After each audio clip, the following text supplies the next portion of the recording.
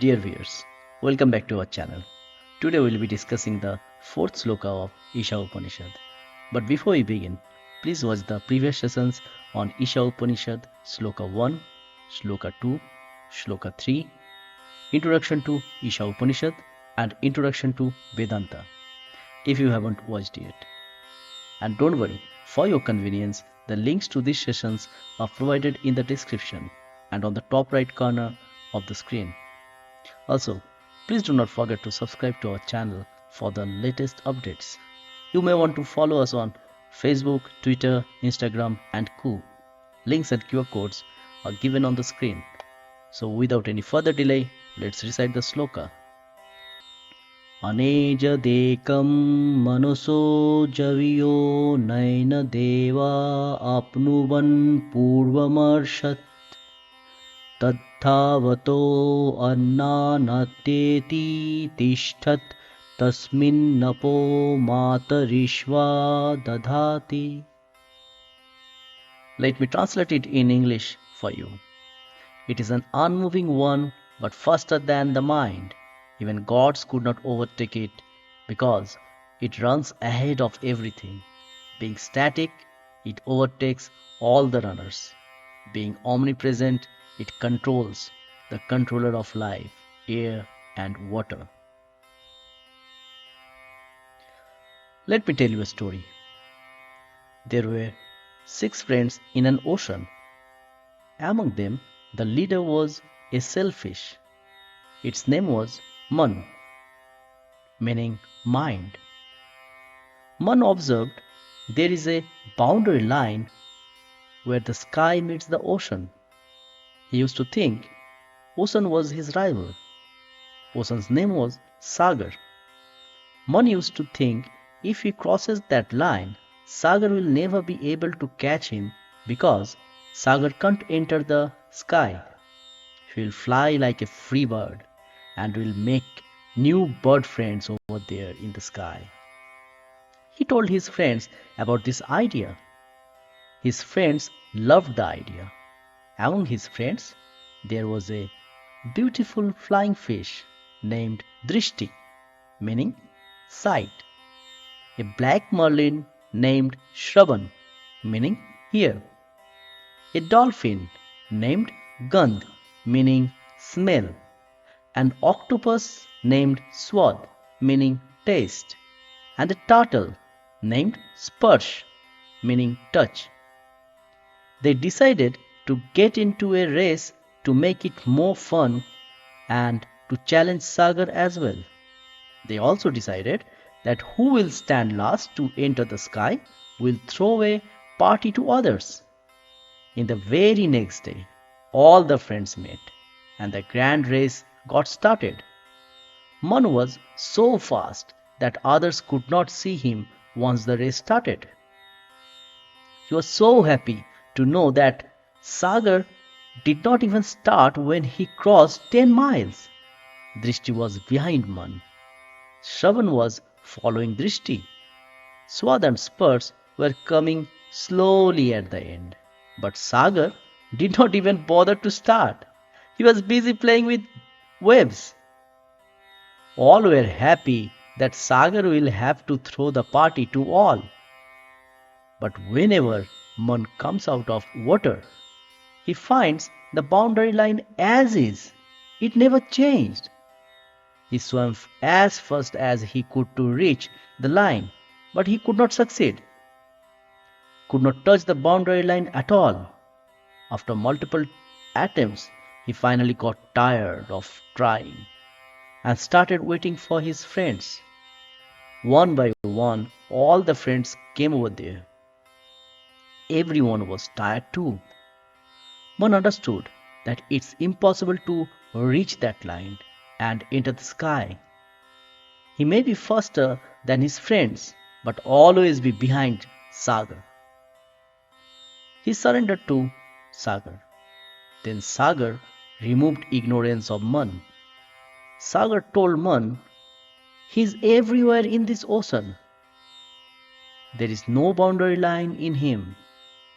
You and your friends manifested from me, and you will die in me only. I was here before you were born and will be there after your death. I am the one controlling everything in this ocean. I am your home. I am your playground. I am your food arranger. I am your mother. I am your friend. By saying that, Saga happily hugged all of them and threw a party to Mun and his friends. Mun's ego was completely destroyed and he met his true self. Like Sagar, Atman is the one which is not moving anywhere, but it is the fastest of all, even faster than anything which we think fastest in this world. What is fastest in this world? Answer is light. What is faster than light? Think.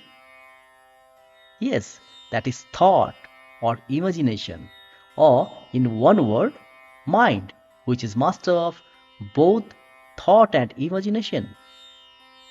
The verse is talking about something which is faster than that as well, but not moving. In one sense, thought also doesn't move, but is faster than all physical things. Same quality, isn't it? The Atman is one and spread everywhere beyond our imagination. So, it was there before you started thinking and even before your body and mind got an identity. In Vedas, gods are natural powers like fire, water, air, sun, etc. All these natural powers exist in this ocean of consciousness. This consciousness was even there when these powers were not present. As the previous shloka was saying, knowledge is knowing the self. In that point of view, we can know ourselves by our knowledge organs. Here, we can assume senses as gods. Senses are way too fast as one can imagine. Someone touches you, immediately the brain gets a signal. But those senses are not as fast as your mind. Then, how can it be faster than consciousness? It would not be wrong to say the Atman cannot be known through senses. Because of that, you will notice spiritual practices talk about controlling senses and channelize all the energy which is flowing outside through sense organs towards inner side. Yoga and meditation help us in that. Then using your mind power, you can travel the world of Atman.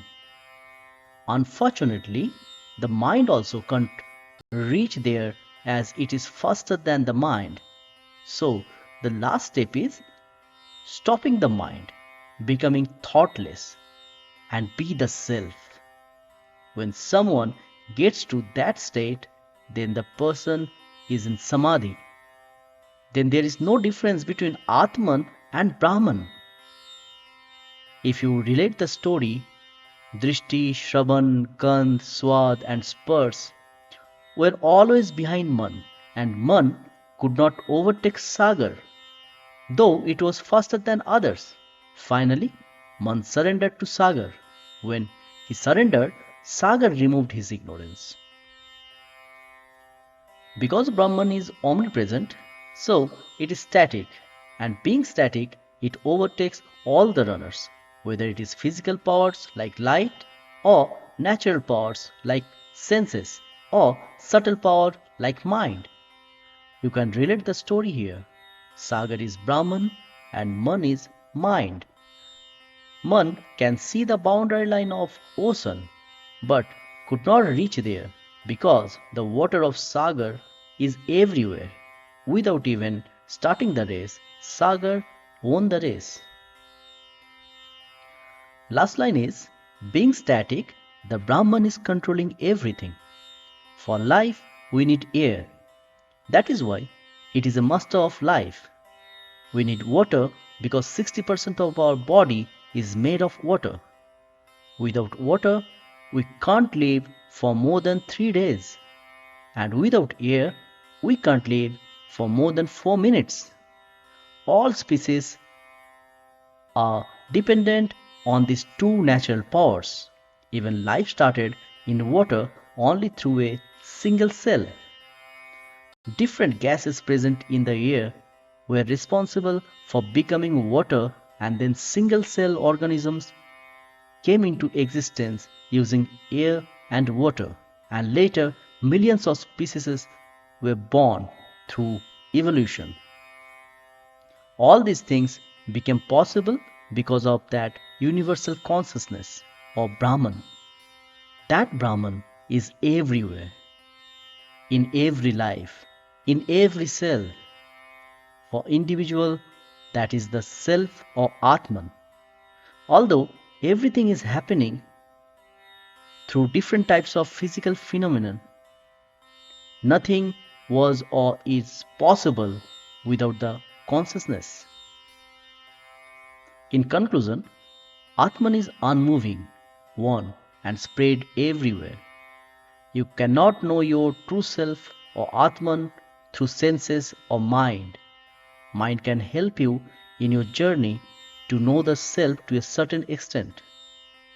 After that, you must surrender and have to be the self to know the self. That self is a consciousness or Brahman. Doing nothing actually is doing everything, because it ignited the universe and everything started happening as a physical phenomena, whether that is the Big Bang or evolution. This Shloka also demolishes the claims of people who claim of seeing God or hearing God's voice or relate any sound with God or sensing a sweet smell in deep meditation and relate that with God or receive touch from God. Such a type of experience is merely an illusion or an experience of hallucination or a state of mind where imagination surpasses reality or like a dream. Dear viewers, be with us in this journey of Universal Vedanta Movement. Do not forget to share this video with your friends and families.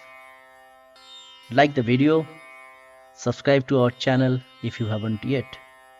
Press the bell icon so that as and when any new session or video is released, you will get notified.